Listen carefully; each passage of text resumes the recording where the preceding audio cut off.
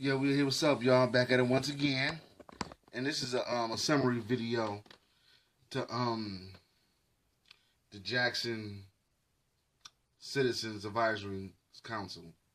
You know, this is summary. This is my personal summary. This is how I feel about what it is and stuff like that.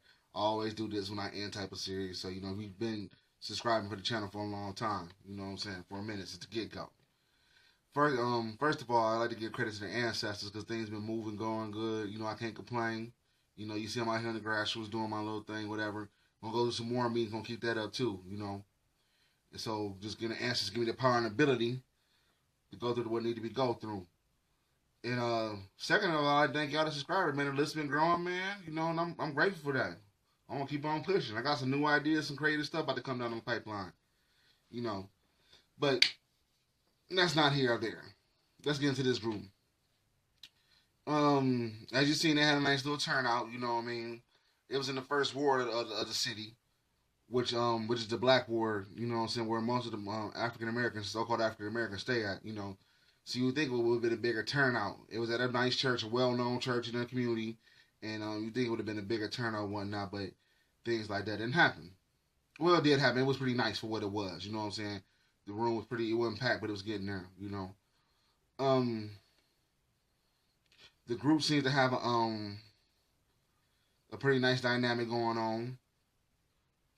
Getting information. It's like I said, it's going from ward to ward, it's collecting information and stuff like that about what needs to be done and what could they do to make it, to make the community better, a citizen council type thing. So it's a So with that being said, the city's it's 50% black. Now, with that being said about the city being 50% black, I talked to somebody the other day, and they said 30% within the city. So we go between 30 and around there, but it's looking like it's close to being a majority. A majority. They said 15% black and whites is in the city. So that's when the Jackson Citizens Committee Council. They had a black woman that's the face of the group. Saying there's two black women that's the face of the group. They did a pretty good job emceeing and getting things together and stuff like that. So one of the ladies I see all the time, her and her husband. I see them in local community functions around my way and stuff like that. So I got to give them credit for that. They're actively involved in the community. So I do have to give credit for that.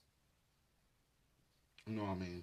Matter of fact, the women got an award recently, a Susan B. Anthony Award. And the black one might not know this, but Susan B. Anthony was a racist. You know what I'm saying? But she got a Susan B. Anthony Award, which is good. You know what I'm saying? Not to take. So she been doing little. I guess they crowned her for doing little things active in the community. Now this is where my take come in, and this is my summary. You know what I'm saying? This city and other cities like it need an all-black organization where where it's just black people coming together talking it out. Not the NAACP. The NAACP is too bourgeois and too connected with it's too connected with white liberal funds and stuff like that to be something that's a force in the community. That's more for the bourgeoisie. I was thinking more like everybody just sit together, huddle up, and talk it on out. You know what I mean? Nice organization, a black homeowners organization. You gotta have things like that within the community. Because a lot of these things that's going on, a lot of people don't know, or the community is ambivalent and don't really care. You know what I'm saying? Where they feel like their points don't even matter. Another story in front of the time. But the main thing about it is we have to organize and get shit straight and get shit settled down. As long as we ain't got an organization, we're not really gonna know what's going on. Our own personal organization. No Caucasians, you know what I'm saying? Just doing it for a black interest. This got to happen in every city. And this group got to connect with other blacks in the other cities and stuff like that to get in other locations to keep a strong network going.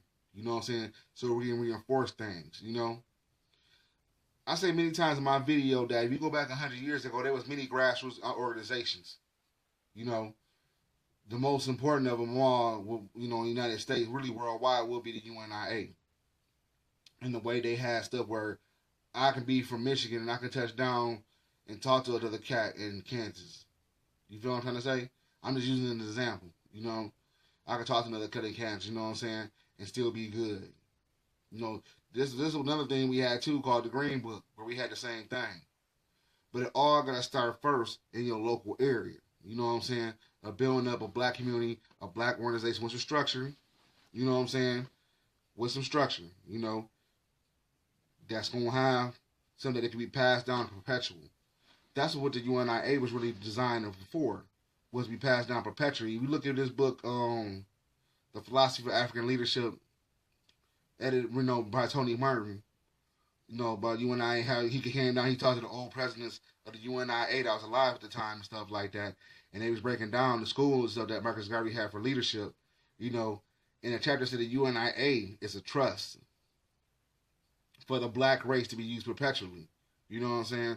So all the property, like how the churches got these properties, some of these churches got properties and dumb shit like that, you know what I mean?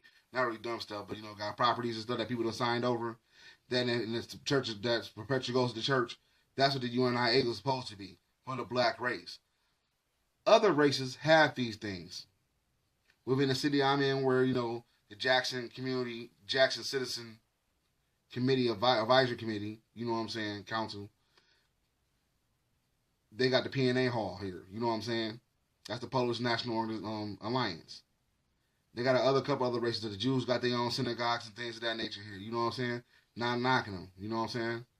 The Mexicans got their own little cultural thing on these. I want to start pointing these places on, show videos for the local things that showing that locally other people are doing these things. We're just behind the ball and backing, you know what I mean? Another thing, as I stated before, the NAACP is not going to be able to lead that. I know a lot of people, that's going to hurt some people's feelings. Not really, but you know what I'm saying? But it's not going to be able to lead that. The NAACP is not built for the economic plans that we got to push, you know what I mean? The NAACP is really, if you really look at it historically, no chase or no cut or whatever, it does court battles. You know what I'm saying?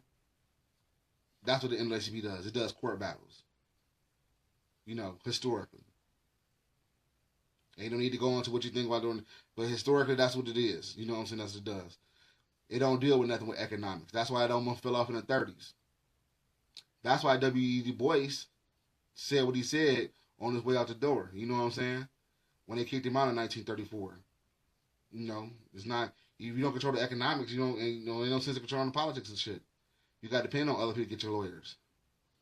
So, the group, like I said before, it's pretty good.